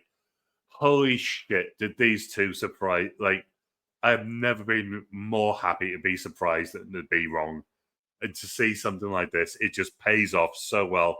The music is fucking fantastic. As in, not just the music of the film, but the songs that they pick to soundtrack. Yes. Yeah, like yeah. Both the score and the soundtrack. Thumbs up. Yeah, they're both brilliant. The actual plot of the film, as dumb as it is, because it is a dumb premise. We're going to send out. It's dumb, but it's smart because it's like, how would we do this in modern day? Give everyone free SIM cards, and it's going to make everyone kill each other. Like that. If that could potentially work, that makes really good sense to how to do it to a modern day, population. Yeah. So it ends with Eggy, oh, bloody hell, he's got me doing it. Eggsy going into the mountain and having to stop Valentine. And like, I have to bring it up because it's one of my favorite things that I've found out about the film. I found this out ages ago. When he rescues the princess, like, she agrees that they can do it in the butthole if he saves the world. Which, getting that from a Swedish princess is pretty damn good motivation. So he does save the world. He goes back, and he can't get into the door. The key, the code to get in is. Luckily, Quentin's not here because you'd be the only person who might get this. It's 2625. Right. If you were to write anal, text anal on a phone, on an old phone, what buttons would you press to get the word anal? So what 2625 A is 2. 2? Okay. N would be 6. Okay. A would be 2. 2, and then L would be 5. That would be 5. Okay. 2625. Is that like the calculator one where you press it and flip it upside down? No, that. Or is that the actual ones on like a phone? No, Oh right. Oh God, you are younger than me. Yeah, you know. No. Yeah, so two. Yeah, two would be. Yeah, I When think. you text, you'd have to press like Right, the you had to first time you do press it. two. Yeah, you So and to to hit a number, push you had to C, hit it a certain number of times. Like, yeah. So A would yeah, A, right, you would so, hit it once. B, you would hit it twice. C, you would hit it 3 times. yes. Okay. Right. So Yes. Yeah, I remember those days. technically, Yeah. it should be 26625. But 26, 20, the numbers that you would press to get to type the word anal. That is Yeah. actually what it is. Okay. And then at the end of it, Mark Strong. Oh my word! Doesn't want to see any more through Eggsy's glasses. Turns it into the cassette player. You've got "Slave to Love" by Brian Ferry, which is a fucking amazing song. I am sorry. I feel like I'm cursing too much in this review just to emphasize points. It is just such a brilliant song. And then you get the showdown. He's come for Dean. He's there in his suit. He looks fantastic. He does. I'm happy as a straight guy. I can say Eggsy looks bloody great in his suit, done up, even with his umbrella. Like you don't see many people with umbrellas, even in the UK. Even though it rains all the time, you just don't see it. He's Yeah. got his umbrella. He looks like $1 million. Tells his mum to come live with him because he's got a new house. Dean tells him she's not going anywhere. He'll be going in the hospital. And then he just ends the film the way Harry started it, locking the doors, locking everyone in. Manus maketh man. Gets his umbrella, yanks a bloody empty pint glass into Dean's head, knocks him unconscious, tells everyone, are we going to stand around here? So asks, are we going to stand around here all day? Or are we going to fight? And that's how it ends. And it's just so much goddamn fun. Start to stop. I don't have to be in any kind of mood to watch this film. I can put it on at any time. Right. Acting is phenomenal. Cast is phenomenal. It's so much fun. It's so unexpected. God damn it, I wish the sequel could have held up to how good this was. But I actually kind of that's why I never watched the sequel, because I was like, I don't know if it'll work a second time around, If you lower your expectations, you'll enjoy it. Okay. You got Elton John in it, and you got Pedro Pascal. Yeah. That should be a good barometer to where, right? You got Elton John and Pedro Pascal are pretty prominent in it. It's got Channing Tatum in it too. Yeah, and Jeff Bridges. Okay. Yeah, because there's like an American branch in there this time, right? Yeah, but instead of being a tailor, it's a whiskey distillery. So they're selling whiskey. But so that's like the cover for their base operations, and Halle Berry, and they bring Colin Firth back to life. Spoilers. But no, I love this film so much, and I will watch this, for years to come. And I just really wanted to make you watch it, get your review on it. Yeah, I knew you'd already seen it. And I just I loved it, man. 9 out of 10 for me. Muppetry. There is so much Muppetry in this film, but there is. It's justified because they're going, we are a Muppet James Bond film. That's what they're doing the whole film. So it's like, well, can you knock them for that? Because they're trying to be Muppets. They're going, we are taking this serious. It works. And it wouldn't work if Colin Firth wasn't taking it seriously. It wouldn't work. And so is Mark Strong the whole time. Mark Strong is just Mark Strong in every film. He's Mr. I've been in the armed forces at some time. And that makes it work. It plays into the charisma of the whole, of the whole thing. And the Muppetry is strong, but it's so good. So I'm going to give the Muppetry got to give it a 75 because it's there, but I can't go really high because it needs to be there. It needs to be there to have it work and have that charisma, flow through it. Mm-hmm. But what about yourself? Muppet rating for this film? I'll give it an 85. Anytime, here's my thing though, like when I give in the Muppetry rating, once you get in the 90s, that's when you're on Muppetry overload. Yeah, it's gone overboard. But you can still be a high Muppetry rating, but it's in a film like this, it's expected, and it works with the movie, so it's still an 85, but it's a good 85. Yeah. So mine's high, but it's good. Yeah. Because right. If I just said, oh well, because it works for the film, it's not Muppetry. It's like, no, it is Muppetry. Because I could give it such a low score because it works for the film, but no, it is Muppetry. But that's because it makes the film better. Do you know what I mean? He also called some of those guys a Muppet in that one scene. Actually, it's when he tries to fight that when he's in the car. Taron Egerton's in the car and he confronts what is his name? The guy who's going. Tell your Muppets to get out. Tell your Muppets. Yes. Yeah.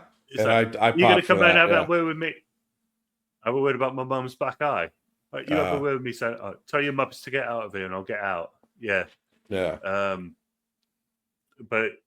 yeah, and the fact that they end on Zane getting his ass kicked, because that is the one, it's one of those things.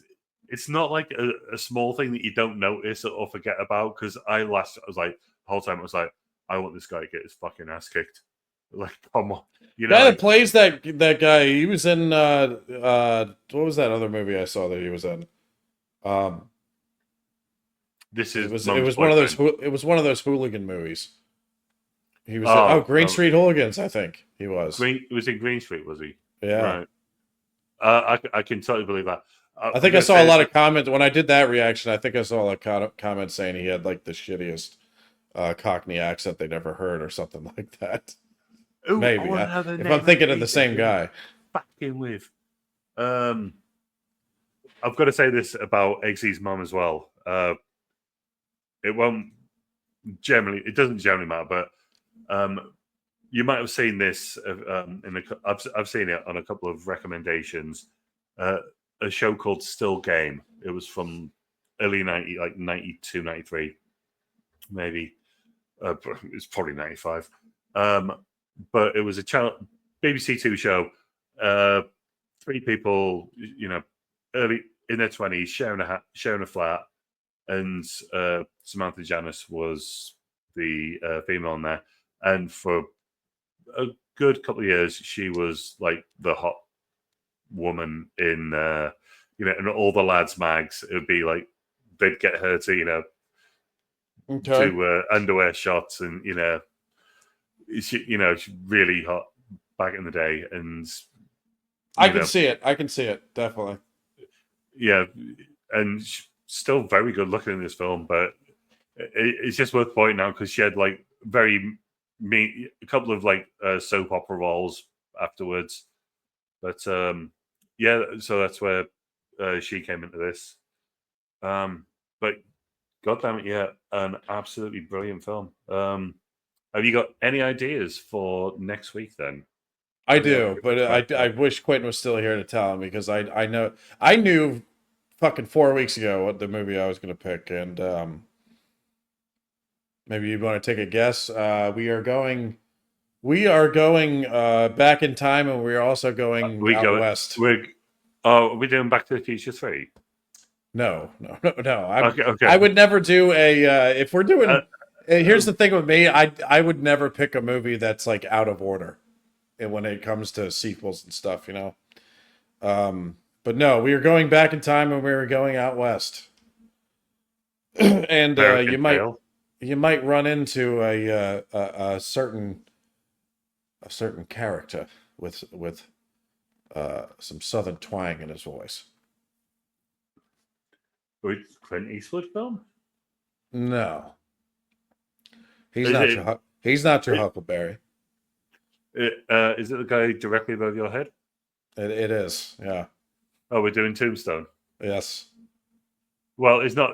He's not only directly above your head. You've got multiple ones. I've got I've got posters. Kurt Russell's up there. Yeah, and I got all four of them in one picture over here somewhere. Yeah. So yeah, in my room, I've got several movie-related canvas art here, but 3 of them come from one movie, and that's the one we're gonna do. Because Quentin hasn't seen it, and I just like. It's not to pick on Quentin or anything, but the whole Jason Statham thing. We need to show him some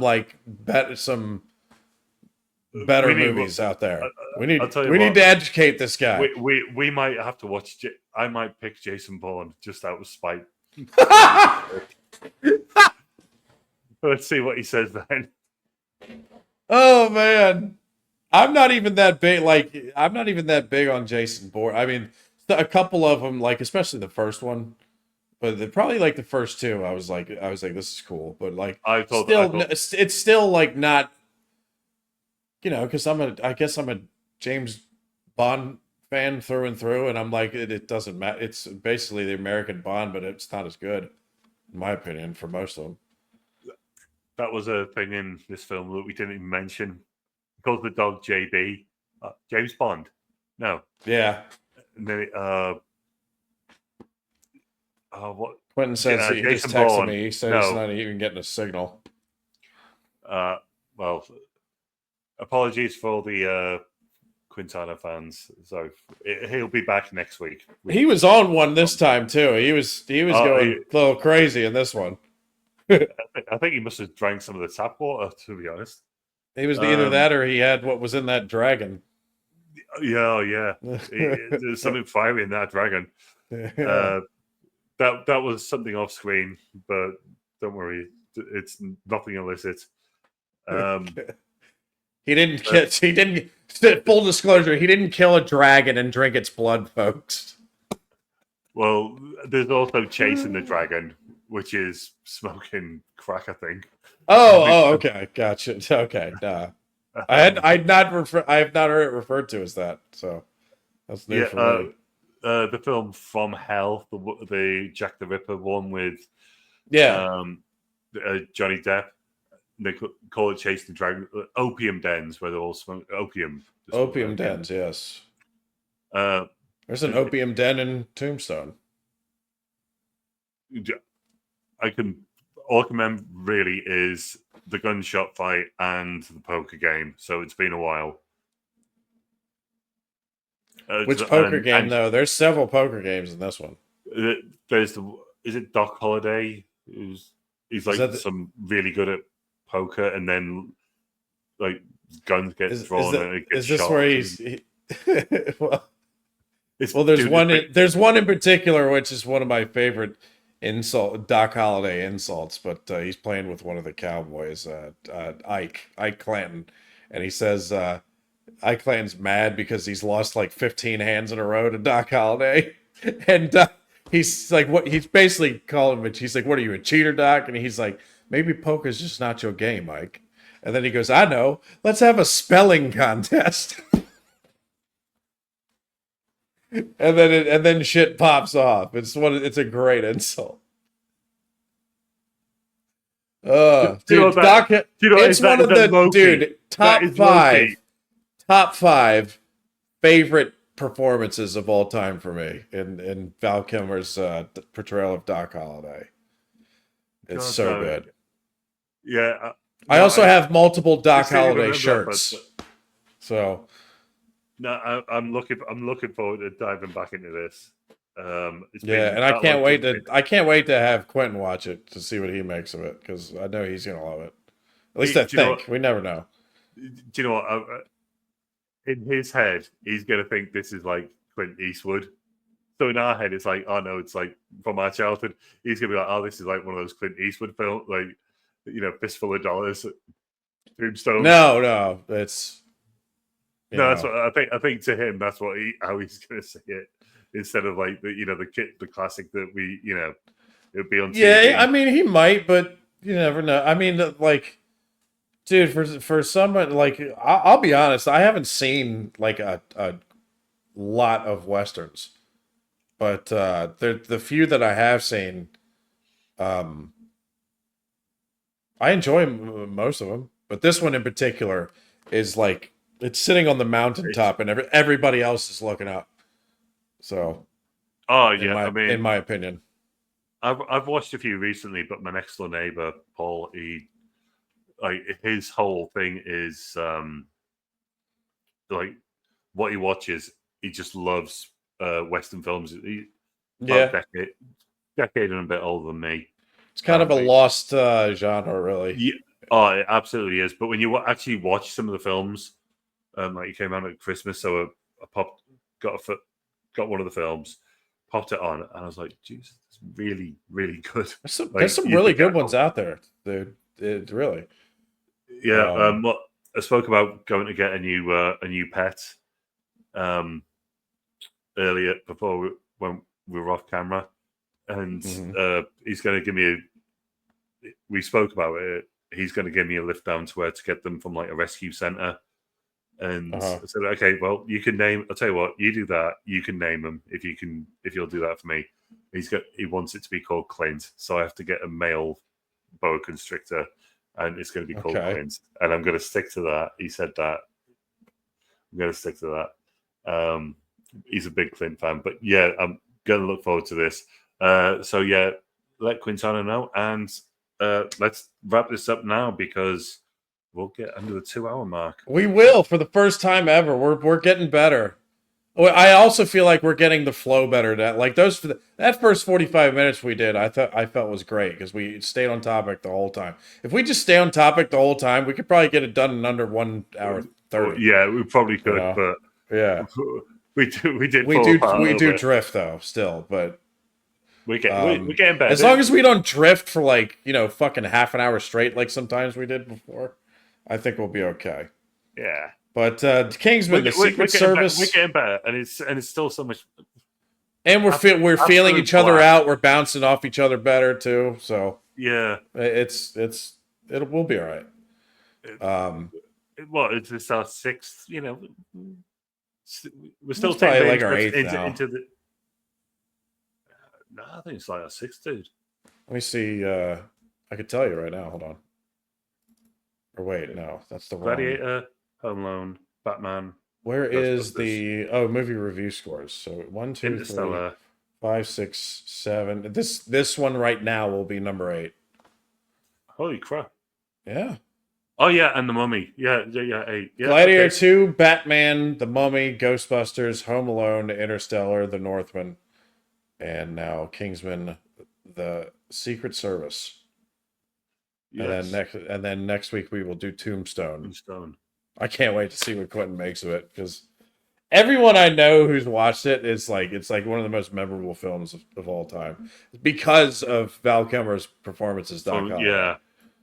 But Kurt Russell is an excellent Wyatt Earp as well. For me, as soon as I think of it, I think of that slow-mo of Kurt Russell with the shotgun and like he stood in a river. Am I remembering this right? He's like yes, but it's not slow motion though. But yes, there's like one particular part that's slow motion, but just for like 2 seconds. All right, okay. But he goes no, and he raises the shotgun. It's right towards the end of the film, isn't it? So it's like there's probably like it's towards the end. Yeah. Well, as long as you're doing that and not Bone Tomahawk, because God damn that film. Wow. Bone Tomahawk? Oh. Never seen that. Eventually though, Craig, and I think you'll agree with me on this, we have to review a bad movie that we like, something like Mortal Kombat. That's like bad. We spoke about Mortal Kombat from the get-go. Yeah. But you know what? I'll tell you what, I'll make that my next pick. It's either gonna be it'll be Jason Bourne or Mortal Kombat. Okay. Yeah. And it's probably been years since I saw the original Mortal Kombat, but we're doing the original Mortal Kombat. The CGI is probably so bad. It is. The CGI is shocking. Do you know what? Just to ruin it, I still love that film. Yeah. Okay. I unabashedly love it, and I'm not. I never walked out on it like I did the new one. I literally walked out on the new Mortal Kombat. It was so bad for I've me. never walked out on this. So actually, do you know what? We'll wrap this up. I do not want to see 2 hours on this. The one film I walked out on, but it's just because I got scared and I got upset, and I was very, very young. It was an Indiana Jones, one of the original Indiana Jones films. Oh, was it because you got scared? Yeah. Which one was it? I have to know. I have to know which one it was. I think it might have been Temple of Doom. Temple of Doom with the heart? Yeah. The heart scene where he's pulling out the heart? Oh, my God. And then, like, when he falls in and you got the crocodiles eating the guys when the rope bridge breaks and what have you. I can't remember what bit scared. I was so young, but I remember leaving and my dad being stood outside with me and him just being. He wasn't being mean to me, but I could tell he was pissed off. Like I made him leave the cinema. Oh, really? He spent all the money for the family to go see it, and so the one film that I walked out on is one of from one of the most beloved and amazing franchises ever. Yeah, it's one of them. The first three, anyway. Yeah, and that's the one film I've walked out on. Yeah, but other than that, I've never walked out on a film. But right. So on that note, Kingsman: The Secret Service is in the books. I had a blast. I'm so happy you picked this. And it, like, when you picked it, I was like, "Oh, this is going to be cool." But then, as I was watching it, I think because I'm putting this up on my Patreon as a movie reaction. You did the review as well. Yes, and I think there was like a half an hour in. I literally was like, "I'm so happy Greg picked this," because I was having so much fun watching it again. So I did comment on The Northman when you put that review up. I wonder if you're going to do next week's one because I just wanted you to do the. I saw that. I didn't respond to it though. No, but yeah. You never. It's dropping. It's dropping tomorrow. You'll see it. You'll see it drop tomorrow. That's all. I'm just looking forward to seeing everyone else's reactions. Yeah. So. But that's Good Critic, Bad Critic. Captain Quintano. We'll say goodbye for him. He was having internet issues. He was the back three. He just moved though, so by default, yeah. He just moved, so maybe he's still trying to figure out the internet situation over there. But for us two, we are out of here, and we will see you next time with another review, and we will be out west watching Tombstone. So if you haven't seen it, watch it now, and I guarantee you will enjoy it because everybody I know who's seen it loves it. I know I like it. I've got a feeling I'm going to have the same experience you had with this film. Yeah, I'll just really watch it and just go, yeah, Jesus Christ. It's a little more. It's a little more on the serious at times. This one, but they're trying to be historically accurate, but in a way, yeah. But they still make it fun though, even though it's more serious. I remember enjoying it. So watching it now with like a more serious critical head on. Yeah, I think I'll probably enjoy it more. So I'm looking forward to that. People, let's keep it under 2 hours. Yes. So all right. We're out of here. We'll see you guys next time. This time next week, we will see you, and the three of us will be watching Tombstone. Stay safe. No Undertaker in sight. Yeah.